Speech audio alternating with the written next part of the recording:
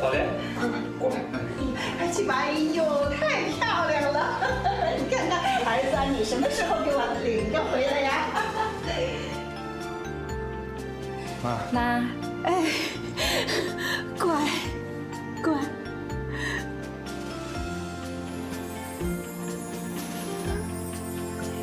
妈，喝茶。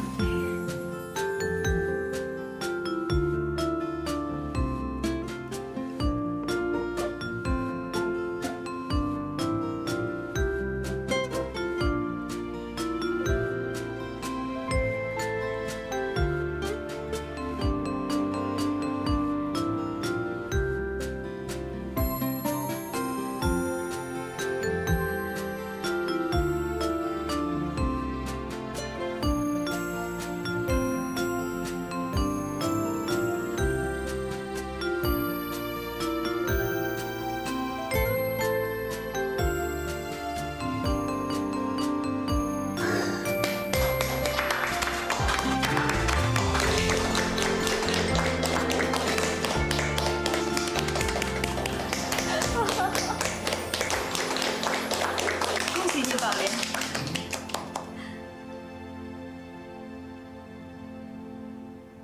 哎呀，敏君啊，这个戒指好久都没见你戴了，这就是那个结婚的时候少华送你那个是吧？你看我这个也是你们订婚的时候他送的，又大又好看。你看，哎呀，要不是妈，人家结婚，咱别说这个行吗？哎呀，这不是喜庆吗？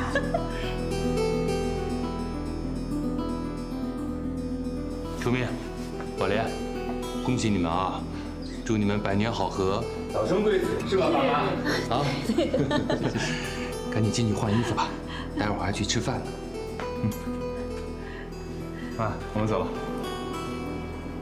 妈，那我们先去换衣服了。啊，好好乖。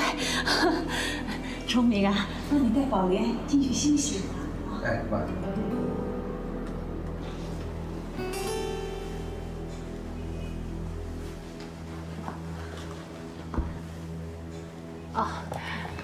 那我看我们也赶快到餐厅去吧，客人大概都等急了。找爸爸呀，走。走，妹妹。你好。快走，儿子，把阿姨看着点。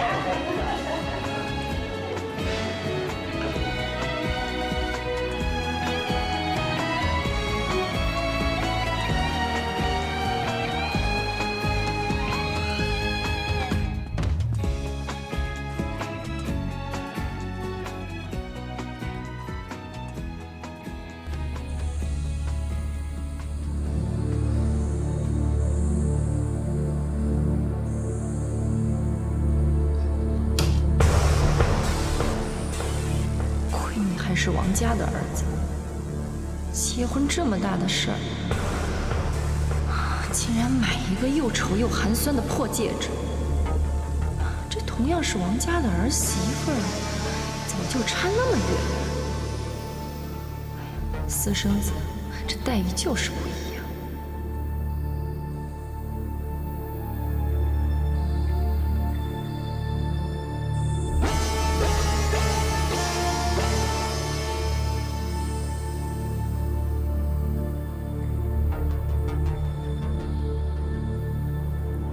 很快就会让崇明给我买一个更大的，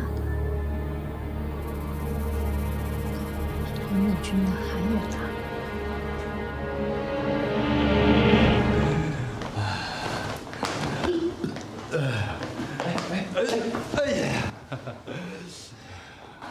喝多了，你喝那么多干嘛？来来，赶紧进屋。哎，没事儿，我喝多了，我坐会儿。哎呀，少华，你先回去吧啊，你别管我了。今天可是你的大喜日子，得赶紧进洞房去。我结婚？我结婚能有你幸福吗？你和宝莲好好的过，你俩会很幸福的过一辈子的，知道吗？我跟宝莲再幸福啊，也没你跟敏君幸福。喝多了啊，喝多了。哎，我跟你说，少华，我真的没喝多。哎，我呢，根本不爱宝莲。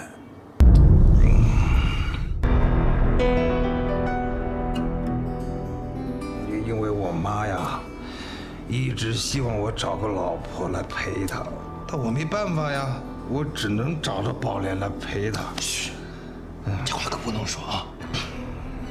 你从今天开始，你要好好的爱宝莲，你俩好好的过一辈子，知道吗？少华，不说了，不说了啊！你先回去吧。不说了，不说了，赶紧回去，快！哎，你先回去吧，少华，再坐会儿，我等会自己走。啊！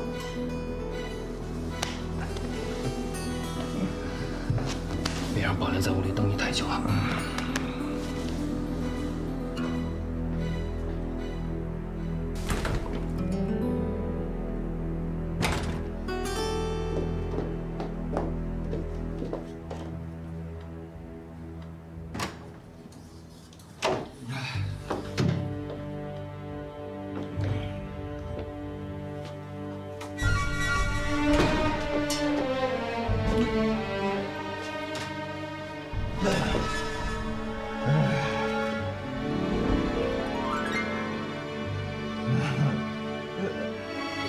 带我结婚，为什么不是我心爱的女儿呢？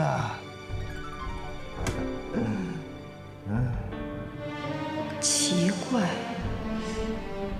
崇明心里爱的到底是谁呀？敏君不是跟我说过，他心爱的人已经不在了吗？崇明怎么对一个死去的人还念念不忘啊？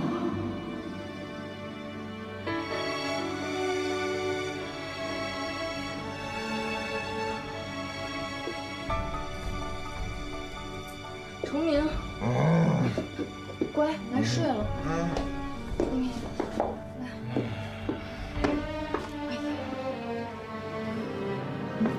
来，站稳了，崇明。这么多年，你怎么还不了解我的心啊？对，这么多年都还不了解你，难道那个人还活着？不行，我一定要找敏君问个明白。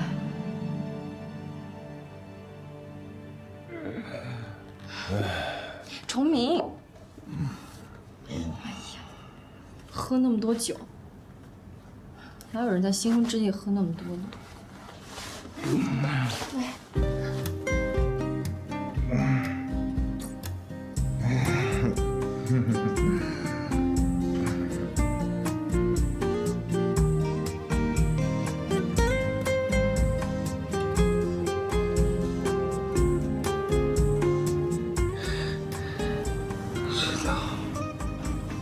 等你等了那么长时间，你知道我有多爱你吗？今天终于被我等到了。崇明，美君，美君，美君，我爱了那么长时间，终于被我等到了。我爱你，美君，美君。我不是，你给我滚！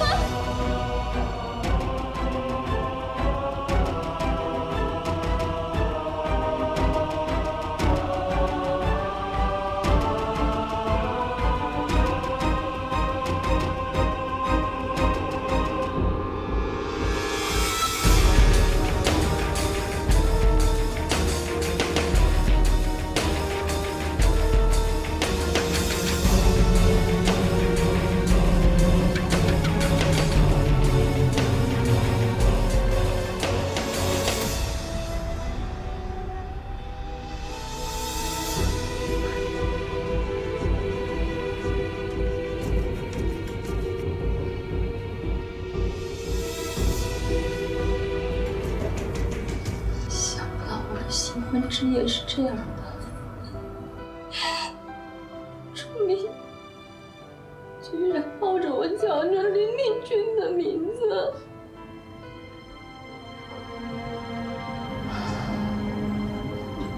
这到底是什么婚姻？这是我的婚姻吗？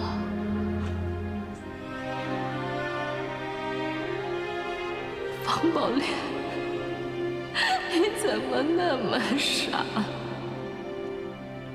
你都不了解他，你怎么就嫁给他了？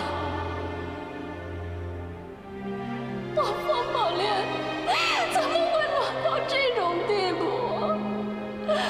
我不是没有人爱，也不是没有人追，我就是一直要好好工作。我错了吗？我绝对不会向命运低头。我一定要掌控我的事业，掌控我的一切。这么多年，我一直都找不到值得我托付终身的人。如今我找到了，我以为我会幸福，想不到在新婚之夜，新郎却抱着我想着别的女人。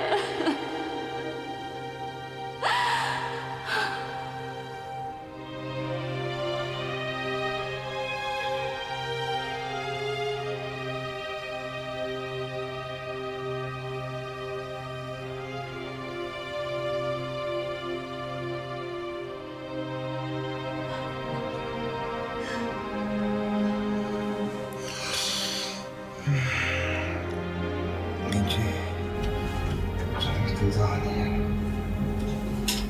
我好幸福，好幸福啊！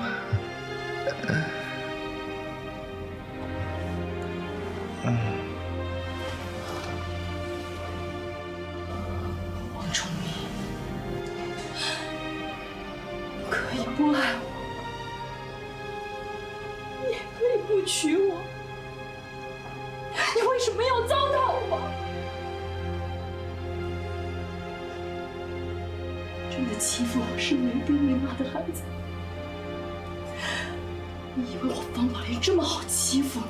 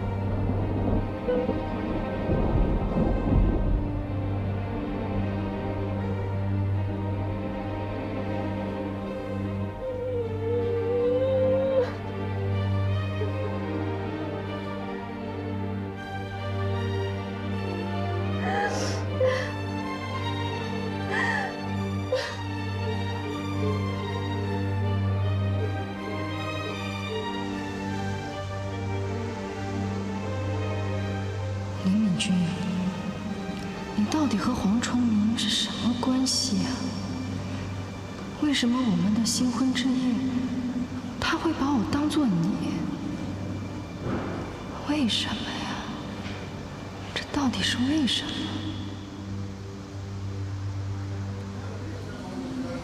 哟，宝莲，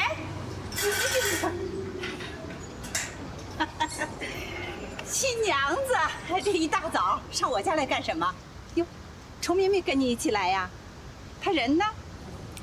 阿姨，我有点事儿，想问你一下。有事儿？什么事儿啊？是关于崇明的事。嗨，宝莲，崇明的事儿你问我？你不是刚嫁给他吗？问他自己好了呀。哎我想问一下，崇明和敏君。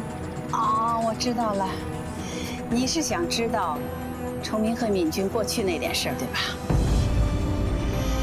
虽说呀，这崇明对敏君追过好多年，可他俩之间的关系是绝对清清白白的。要说呢，那还是你搬家以后的事儿了。崇明对我们家敏君呢，真是喜欢。他俩不是在工厂认识的吗？一见钟情，这就追了好些年。我呢，不愿意，因为崇明家穷啊，我不是还欠着一身债又没钱还，正赶上敏君他爸爸又失去了工作，你说我肯定不愿意。嘿，这时候少华他爸爸看上敏君了。说什么要我们敏君做他的儿媳妇，那你说我肯定是生生的拆了他们俩嘛。哎呀，爷，想不到崇明以前还挺痴情的。那是，崇明对敏君那个痴情啊，那简直没法说。这敏君不是嫁到王家了吗？他就成天这闹，弄得王家是鸡犬不宁啊！后来还差点把王家的产业都给夺了过来。哎呀，那个时候我就……哟，怎么了？你这脸色怎么这么难看？是不是中暑了，孩子？没事儿，阿姨，你接着说。哦，这后来呀。敏君一生气就去找崇明，正赶上崇明在洗澡，敏君当时就吓得晕过去了。哎呦，那崇明啊，赶紧把我们家敏君抱在床上。就在这个岔口，少华给赶上了。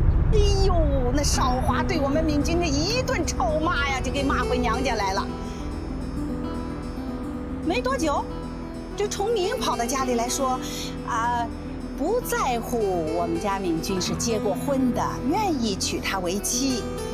这少华也来接敏君回去，还赶着道歉，说以后回去好好过日子。哎呦，我说我们家敏君呀，可真是个香饽饽，抢手。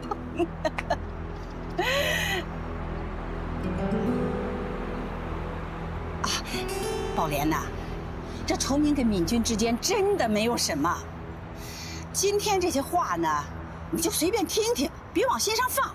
我可以跟你发誓，这崇明和敏君之间绝没有做过任何越轨的事情，真的。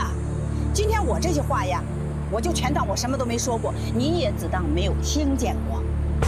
说要是让敏君知道了，他还不得骂我呀？再说我们家林坤也给我交代过。就说在你面前，可千万别再提崇明和敏君那点事儿了。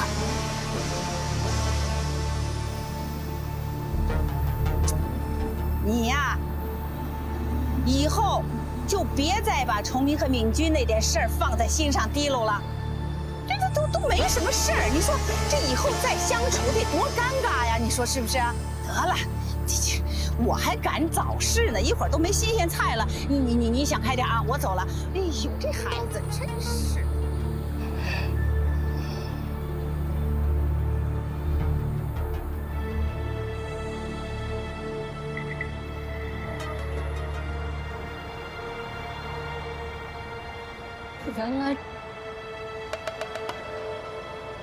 原来崇明。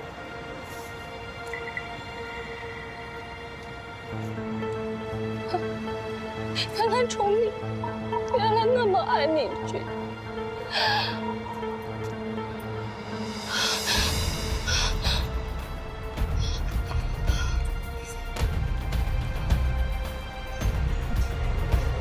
可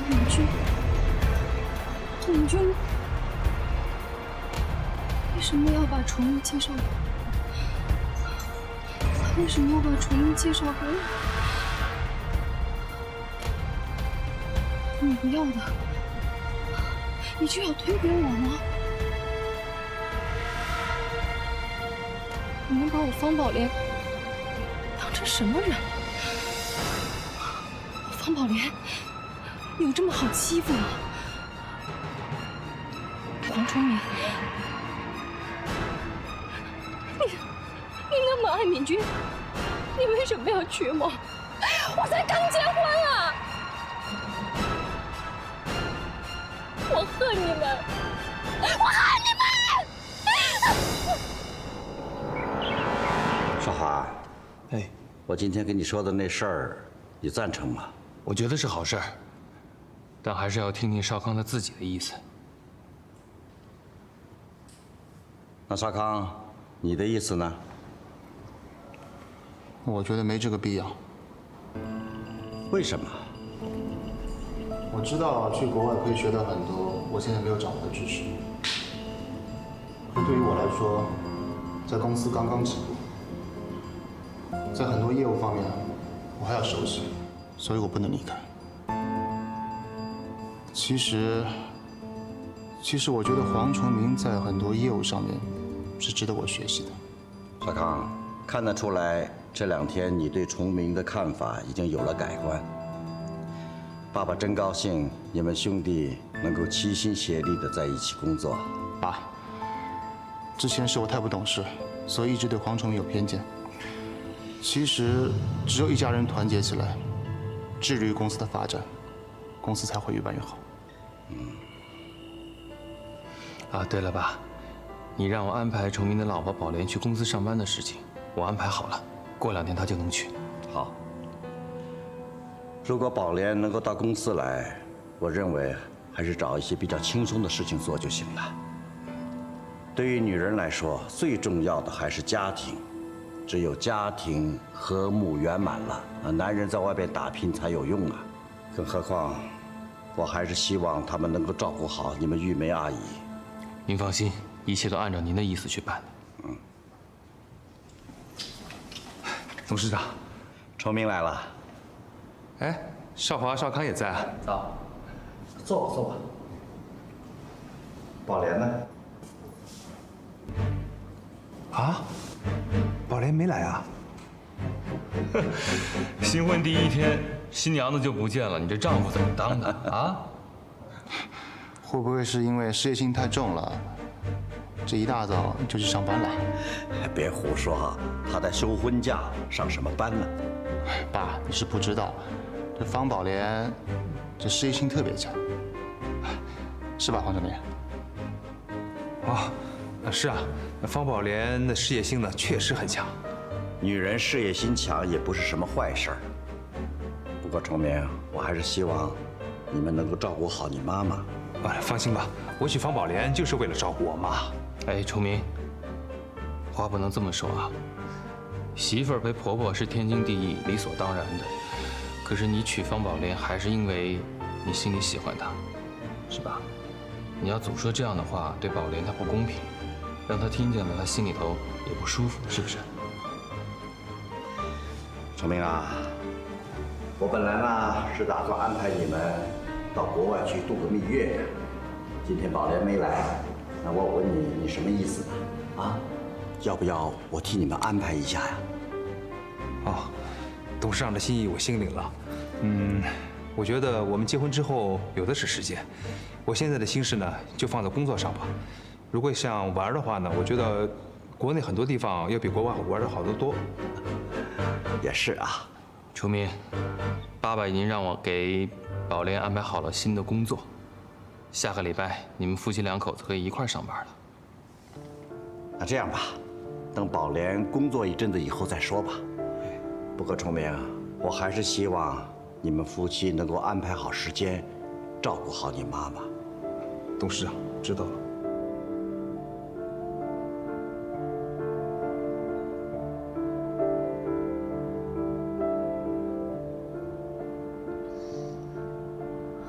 林敏君，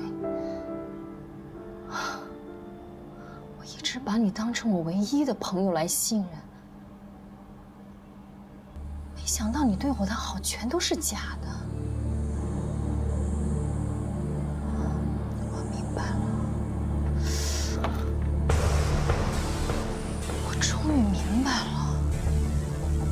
君就是为了钱才嫁给王少华的，他就是因为钱才把崇明抛弃掉，他觉得亏欠崇明的，才把我当成替身嫁给崇明。我怎么那么傻呀？我怎么就没想到呢？难怪他跟王少华结婚的时候说没找到我，还骗我说因为我搬家。林敏君，你这么对我，我是不会甘心的。这崇明是董事长的儿子，哼，这王家的家产，我是要定。我不仅要让崇明重新爱上，我还要让他把你彻底给忘了。林敏君，我会让你在王家待不下去的。宝莲，宝莲，宝莲，啊？我醒来发现你不见了，所以去找我去了是吧？哎，是啊，哎，你到底去哪了呀？董事长本来想叫我带你见他。董事长对你这个儿子还挺好的嘛。哦，还行吧。啊，少华跟我说啊，想安排你去王氏企业工作。真的？那太好了。哎，有没有说安排我做什么呀？啊，宝莲啊，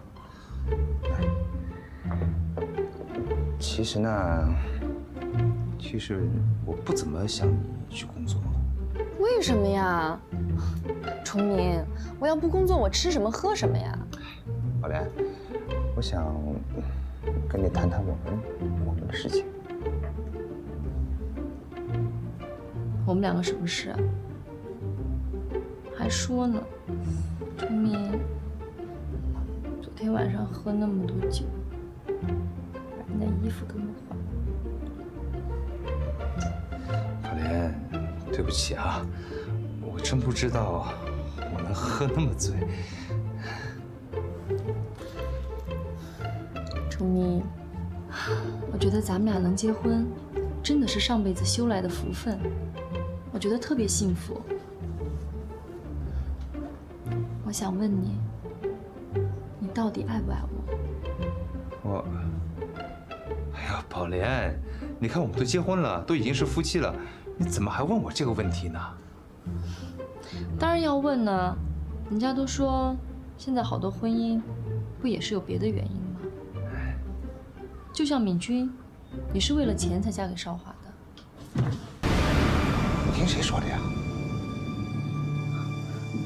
我还听说，她以前有一个很要好的男朋友，都已经到了谈婚论嫁的地步，但她妈妈不同意，硬把她嫁给王少华的。哎呀，宝莲，那是敏君自己的事儿。哎，你到底听谁说的？昨天在餐厅请客的时候啊，你被拉去喝酒了，我就听到后面有的桌在议论这件事情。那你听到什么没有啊？没有啦，就这些。本来呀，我还想去问敏君的，不过呢……不过什么呢？不过我相信敏君她不是这种人，肯定是那些人嫉妒她，在背后嚼舌根呢，是不是啊？哎，是啊，我所以告诉你啊，以后啊，千万别听外面人说闲话啊。哎呀，我也不想听外边人说闲话呀。崇明，那以后如果我们之间传出什么闲话，可不太好吧？啊？崇明，你还有没有什么事情瞒着我呀？瞒你？啊，我还有什么事情能瞒你呢？说瞒着太严重了，但是我觉得我们现在都结婚了，夫妻之间最重要的不就是坦诚吗？是啊，我不是已经跟你说过吗？我家里的事情。我也跟你说过啊，以前有人追我的。对啊，我也跟你说过，我以前是有个女朋友的呀。崇明，现在都跟你结婚了，那我问你，你是爱我多，还是还爱着他呀？哎呦，宝莲，现在都什么时候了，还提这些有的没的干嘛呀？哎，董事长想安排我们去动物医院呢。真的？哎呀，我最喜欢旅游了。哎，那你说我们是去法国还是去美国呀？宝莲啊，我都回绝了。我想啊，我们还年轻，还有很多时间在外面玩。现在公司呢正在蒸蒸日上，我想把基础打好之后，那将来，将来你能分多少钱呀？分钱？分什么钱啊？我也不姓王。那你不是王董事长的儿子吗？宝莲，我不稀罕这些，以后你别跟我说这些事了啊。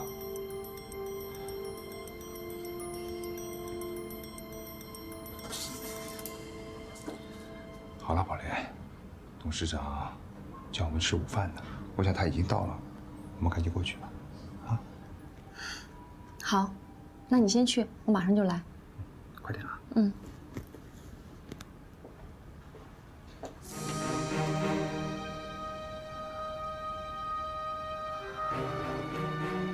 黄楚明，你连当着我的面说爱我你都不敢。你心里肯定还想着你的旧情，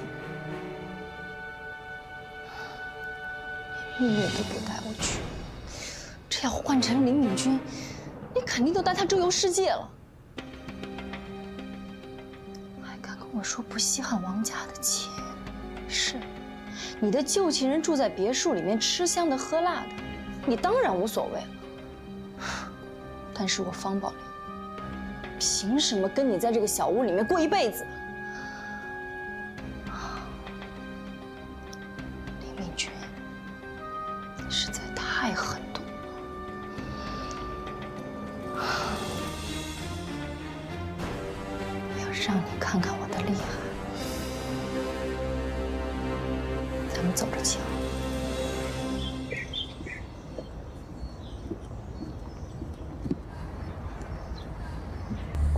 你是林敏君吗？是你。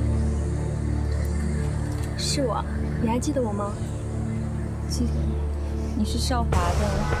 我是少华的老同学，家辉的老婆。你是家辉的老婆？你忘了？你们结婚的时候，家辉有和我一起去啊。而且你们王氏的公司重开，我老公也有送花篮过去啊。哦。我想起来了，你变样了，你是美琪。是。买菜啊？啊，敏君，有件事，不知道怎么跟你说。没关系，有什么话你就直说吧。是这样子，前段时间我和家辉在闹矛盾。少华一直在帮忙，后来听说有一天又被你碰到。少华他说好像还没有来得及向你解释，我怕你们夫妻两个有误会。你的意思是说少华一直在劝你？是的，那天是这样的。张家辉，你要是再拉我的话，我就死给你看！不是美琪，你听我说，美琪，你俩不觉得在街上闹得很难看吗？哼！要是在大街上闹得很难看的话，你们就不要拉我，让我去死！哎，美琪，美琪，哎，少华，我求你去，快帮我把他拉回来好不好？你自己做的事你自己去解决，为什么总是要找我呢？不是他不是不让我碰吗？少华，求你了，少华，你说要是他出什么事我孩子老婆都没了。快去呀！美琪，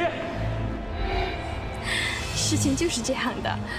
所以啊，最近少华晚回家，还有那天少华在外面和我拉扯，都是为了帮家辉劝我回家。现在呢，家辉呢他知错了，我也回家了，反倒是挺对不起你们夫妻两个的。哎呀，还给你们添那么多麻烦，你看看，真是的。没事没事，只要你们两个人和好了，我也很高兴。谢谢你，敏君姐。那改天我和家辉专门登门致谢。不用客气了，我觉得少华帮你们两个呀，那是应该的。好，那我有事先走了，敏君姐，再见。你慢点。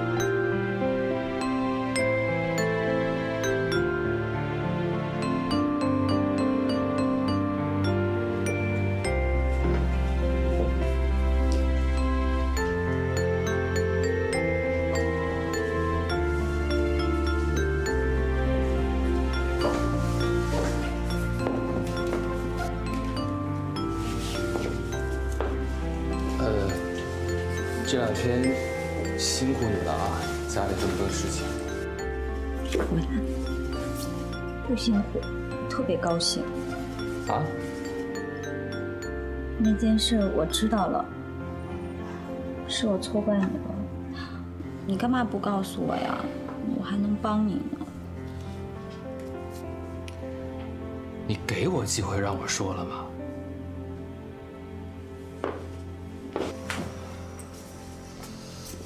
坐下。我跟你说啊，这个家辉在外头沾花惹草，你是知道的。他就怕美琪知道，所以让我帮他瞒着。如果美琪知道了，这事儿就闹得很大了。加上你这2天又忙崇明的事情，我就没跟你说，委屈自己受着。那项链怎么回事啊？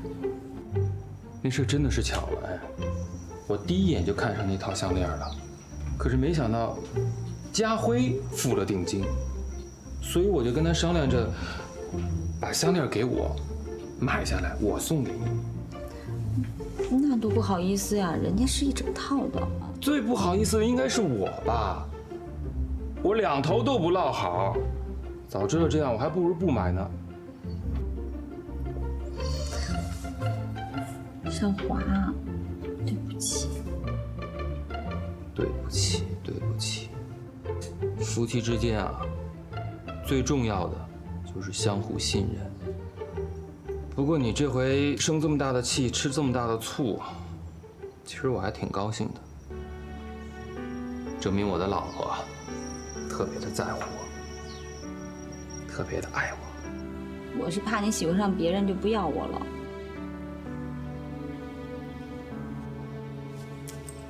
明君，我这辈子都不会喜欢别的女人的。我可记住这句话了啊，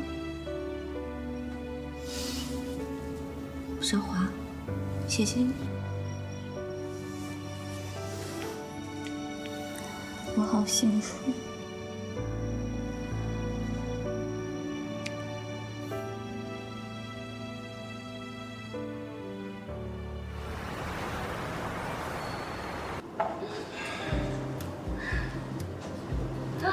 崇明，哎呀，这办公室我以前来的时候，只是觉得很气派。这结完婚再一看啊，觉得哪儿都挺温馨的。宝莲，你说的什么话呢？只要那办公啊，在哪不都一样吗？当然不一样了，啊！他们说让我去那个业务部。那业务部那么多人，跟这儿能一样吗？宝莲，我问你啊，那董事长给你安排业务经理的位置，你干嘛推着呢？哎呀，崇明，我可不希望别人说我是因为关系啊，因为面子才进到这个公司的。我得凭我的能力争得一席之地，我得让董事长看到和肯定我的能力。哎呀，宝莲，你这事业心那么强，我怕。老公，怕什么呀？怕我能力太强，压过你啊？哎呦，你说的什么话呢，宝莲？哎，我们都已经结婚了，你压得过我没话说。哎，如果你的能力确实比我强的话呢？我这个位置让给你。老公，来，你呀，踏踏实实的把这个位置给我坐稳了啊！你也太不了解你媳妇儿了。我告诉你，我这个人呢，一定得凭我自己的实力，而且我的想法是。坐在这个位置上，我要跟你面对面的办公。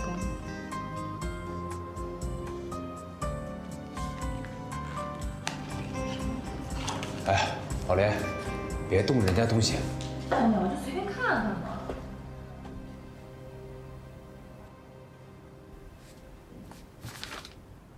别乱动我的东西。小康，怎么了？喜欢坐我的位子？没问题。等我收拾下东西，我马上可以走。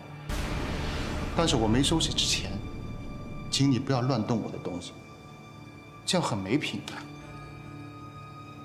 少康，这宝莲没这个意思，他只不过……这位置不就让人坐的吗？我坐一下又怎么了？我就不明白了，一个副总的权位，怎么就那么大呀？哎呀，你也别说，我的权位还真没你老公高。哦，你的权位没我老公大，那我更可以做了。再说了，你用得着对我这种态度吗？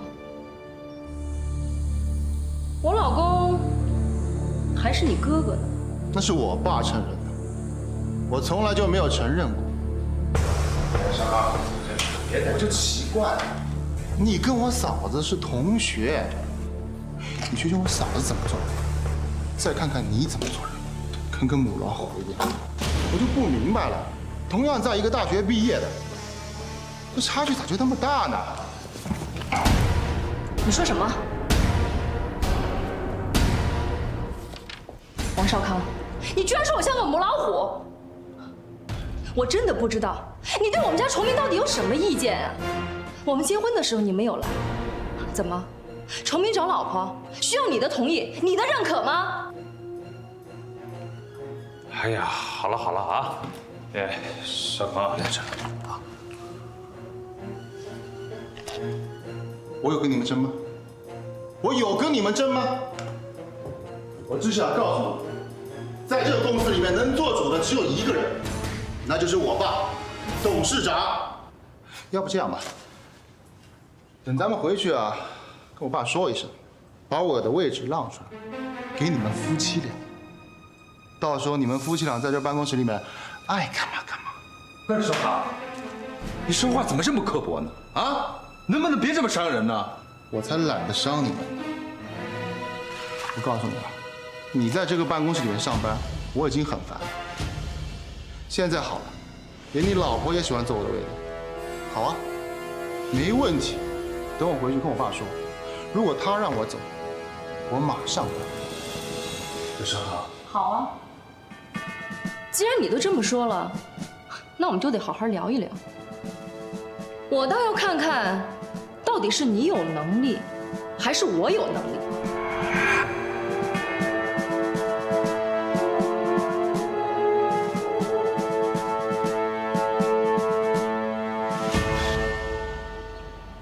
爸，王崇明他老婆，小康，怎么回事这是？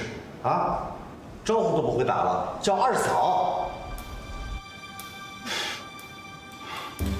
爸，是不是二嫂我们先不谈。既然她不喜欢去业务部，而喜欢坐我的位子，那好，我副总经理的位子让给她吧。这怎么了？这是？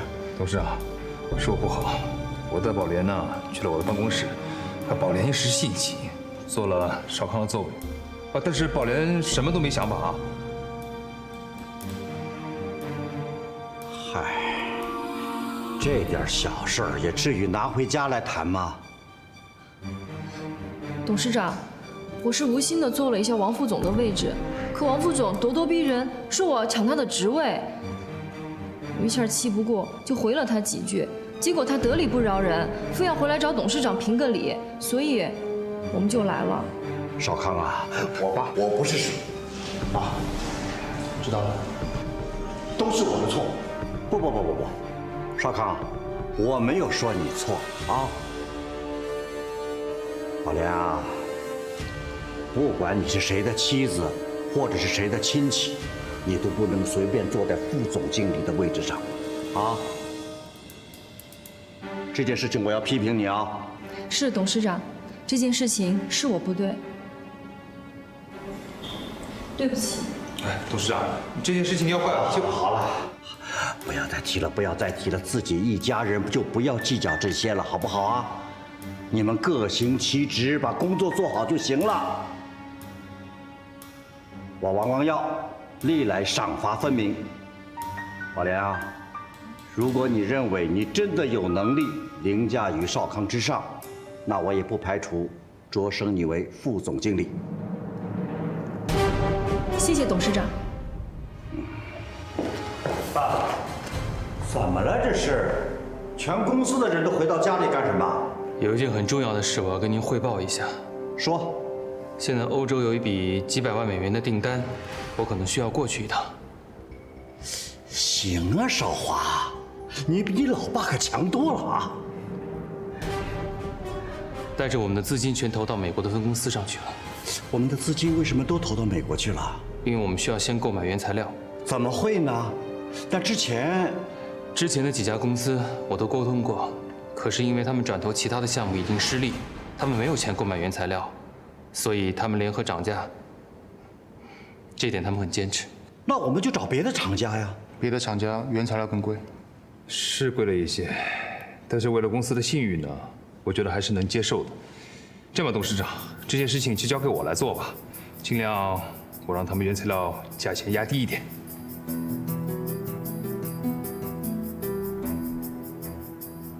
行，这件事情就由你去谈。好，爸，因为这个公司我们没有合作过，但他们的前提是要我们先付款，而且数目很大。要付多少啊？3000万。那就付吧。现在我们资金可周转的只有1000万。差这么多。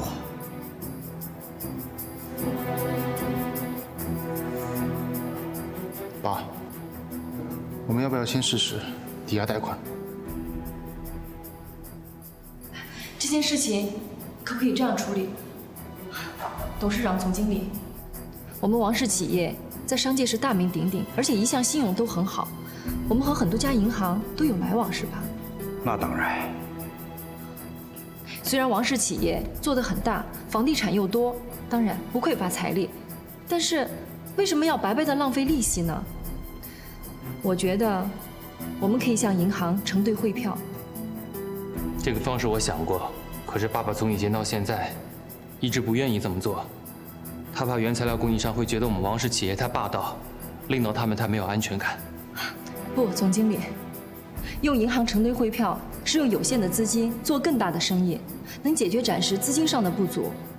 以我们王氏企业的信誉，银行一定很愿意为我们提供银行承兑汇票的。我们再把承兑汇票交给原物料商，那原物料商在看到银行的保证，一定会提供原物料给我们。如果原物料商他自己缺钱，就自己贴利息好了。这样一来，我们王氏企业1分的利息都不用出。可我们公司从来没有这么做过，承兑汇票会不会影响我们公司的形象？不会的，少康。承兑汇票对我们来说应用会更灵活。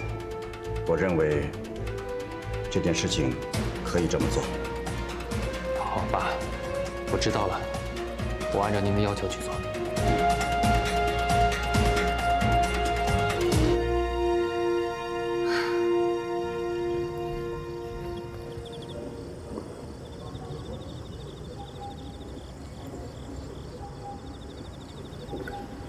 小刚，哥，又一个人喝酒啊？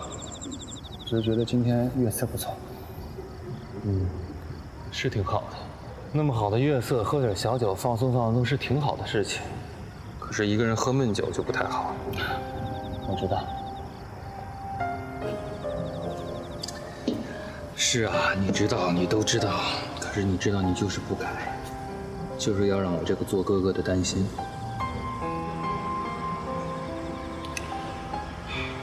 哥，我知道我什么都忙不了你，我是心情不好。今天方宝兰在我办公室，不但坐我的位子，还对我大呼小叫，结果爸又怎么对他的？哥你都看到了。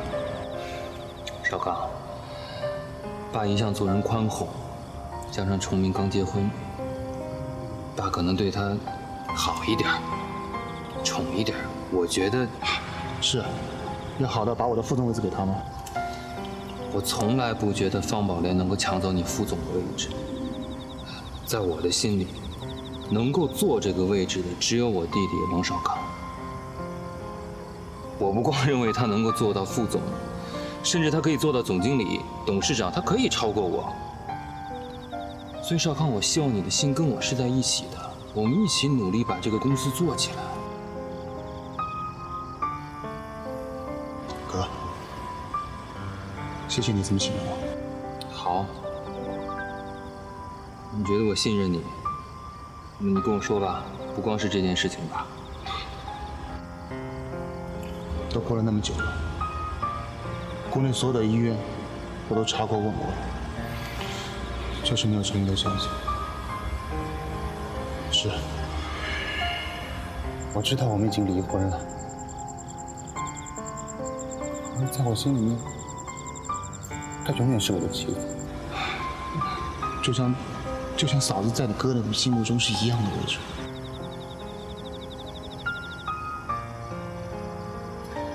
少刚，你的心情我特别的理解。可是你有没有想过，你即便找到他又怎么样呢？爸妈对他的态度你很清楚，你觉得你找到了他，妈妈她就能够……这也是我一直烦的事情。如果真找到了陈云，妈那边我真不知道该……好，就算你找到了陈玉，我站在你那边，我去给爸妈当说客，跟他们说，你跟他在一起。如果你找到他，他看到你现在这个样子，天天借酒消愁的，他也会不高兴的。所以少刚啊，你一定要振作起来，啊！我会的。过段时间我就要去美国打拼了。哥，你真要去美国？爸让我先去那边把公司稳定下来。少康啊，我真的发现爸妈老了，爸爸想退休了，他想带着妈去环游世界。突然觉得身上的担子特别的重，所以我希望你跟我站在一起，来承担这个责任。那黄崇明呢？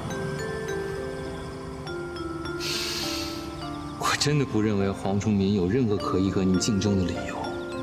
你记住了，只有你才是爸妈的亲生儿子。但是有一点，崇明身上和你我一样，流着爸爸的血液，所以我们做人要宽厚。不管怎么样，那是上一代的事情。崇明无从选择，你我无从选择，爸爸他也无从选择。哥，如果爸妈一直能这样的跟我说话，我早就可以接受了。你永远都别想，永远都别想着爸妈能够这样说话。父母就是父母，兄弟就是兄弟，兄弟可以是朋友，但是别指望父母可以像朋友那样的跟你说话。哥，你放心吧，你什么都不用担心。如果你真去了美国，第一，我跟黄崇明之间的关系，我会努力去改变；第二，公司国内的业务，我会把它撑起来，甚至做得更好。太高兴你这么说了。你记住了，少康，只有你才是我唯一的亲弟。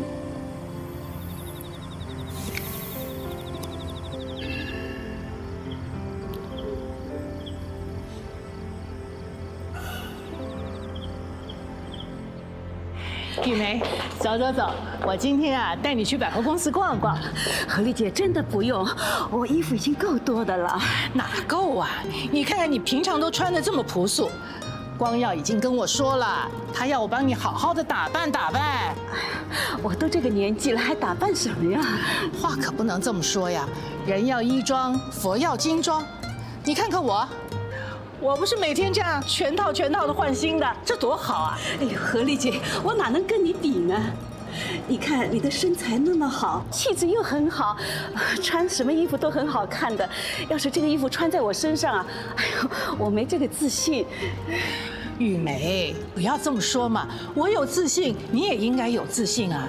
再说，崇明现在已经是公司的副总，你不为你自己想，也得为崇明想想看嘛，是不是？我已经有了，真的。哎呀，好了，你听我的，今天就跟我出去，我一定要把你打扮得美美的，免得有人说我偏心了。走。哎，玉梅，你怎么了？哎，来人了！哎呀，来人了，快！快！玉梅，快，叫车，快叫人！玉梅，你不要紧吧？怎么了这是？哎呀，光耀，你怎么来了？怎么了？我也不知道怎么回事啊，我就照你的意思带他去百货公司逛逛，买衣服，谁知道车还没来他就晕倒了。妈，你怎么了？别笑我啊！哎呀，你怎么不去上班啊？你来这儿干嘛呀？是我打电话让他来的。妈，你好点没？是啊，您到底怎么样了？医生怎么说呀？医生倒没说什么，可能是我前一阵忙崇明他们的事儿吧，再加上天热中暑，就有点不大舒服。哎呀，你自己别瞎猜，得听医生的。留在这儿好好检查检查啊！是啊，我也是这么跟他说的。对了，敏君，我看我们这群人就你比较空，你就留在这儿陪玉梅阿姨，看看检查报告怎么样再说吧啊。好，妈您放心。要不这样吧，我刚到公司也没那么多事儿。董事长，我能不能晚2天去陪我妈？毕竟我才是我婆婆的儿媳妇儿啊。应该的。对哈，宝莲在这儿陪你啊。董事长，阿姨，明君，谢谢你们照顾我妈了。崇明啊，有时候我觉得你这人挺没礼貌的，有时候我又觉得你挺多礼的。理解。董事长夫人，其实崇明呢是怕你们太辛苦了。哎呦，你看看，宝莲今天挺懂事的，一接到你的消息，马上就赶来了。应该的。宝莲啊，以后你就别董事长夫人长，董事长短的。以后看到董事长呢，你就叫叔叔；看到我就叫阿姨好了啊。好，阿姨，您这么亲切，我当然愿意叫了。好了，你们都去忙吧啊！何丽姐、光耀，谢谢你们啊。那好，你好好休息，崇明也要上班，我跟光耀先走了，我们再来看你啊。好。敏君，好好照顾阿姨。放心吧啊。我们走了啊，再来看你。好。谢谢阿姨，谢谢董事长。妈妈慢走。妈，要乖点，听话啊，在这儿好好把身体检查好。你要我不担心，就是你的身体健康啊。放心吧，我会好好做检查的。崇明，你去上班吧，这儿有我在呢啊。妈，那我先走了。去忙。宝莲，那就辛苦你了。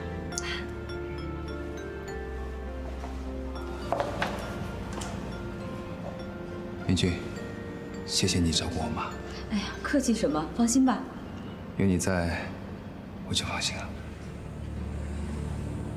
有他在你就放心，那我算什么呀？宝莲，你怎么了？我没事儿。妈，你想吃点什么，喝点什么，我去给你做。我不能吃，医生叫我空腹，一会儿要给我做检查。那您休息一会儿吧。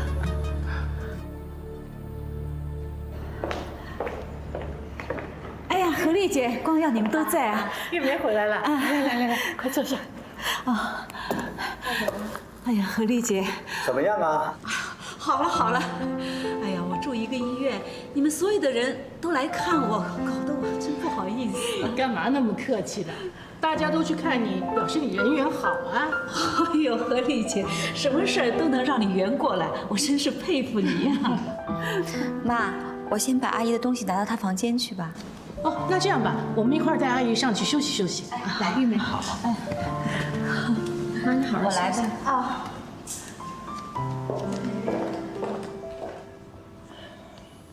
宝莲，董事长。哎，在家里不要这么拘谨，坐。谢谢董事长。在家里呀，你不用叫我董事长，其实你可以叫我……我不敢，连崇明都没这么叫您呢，我怎么敢僭越呢？宝莲，我看你知书达理，进退得宜，这说明你是一个有家教、有修养的好女孩啊。这次你为公司提的建议，我认为很好。我现在有心想让你到公司来管理公司的财务，你认为怎么样啊？这，董事长，做什么都无所谓。其实我以前就是学金融的，所以财务这块儿对我来说也是驾轻就熟。不过我这刚一进公司就去管财务，总经理他们会不会不放心啊？自己人管财务有什么不放心的啊？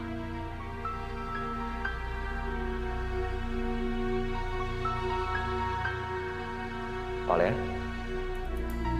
你怎么了？我没什么，就是婆婆住在这儿，我又不能随时照顾她，觉得心里挺不安的。就像刚才敏君拿东西，我都插不上手，觉得自己都没有尽到儿媳妇的责任。崇明之前在家里住过一段时间，他和你结婚之后才搬到公寓里去的。我觉得呢，你和崇明搬到家里来住最好，这样呢可以就近照顾你的婆婆。董事长，我们住哪儿都没关系，最重要的是我现在不能经常的照顾我婆婆。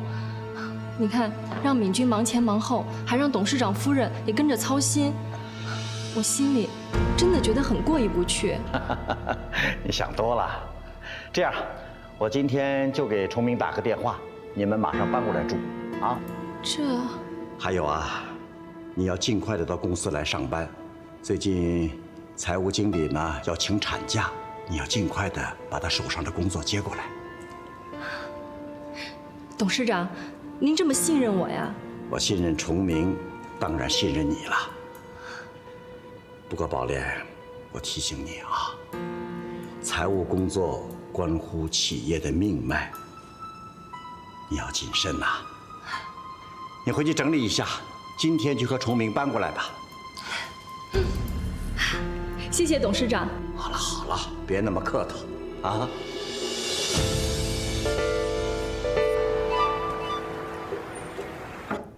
进来。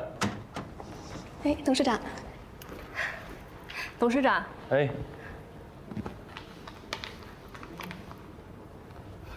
坐，宝莲。不，在公司您是董事长，我只是财务部的经理，怎么能做呢？抛开我们之间的工作关系，你还是敏君的好朋友，让你做你就做。谢谢董事长。其实以后没有外人在的时候，你可以叫我少华。是，这个是我整理出来的账本，请您过目。哦。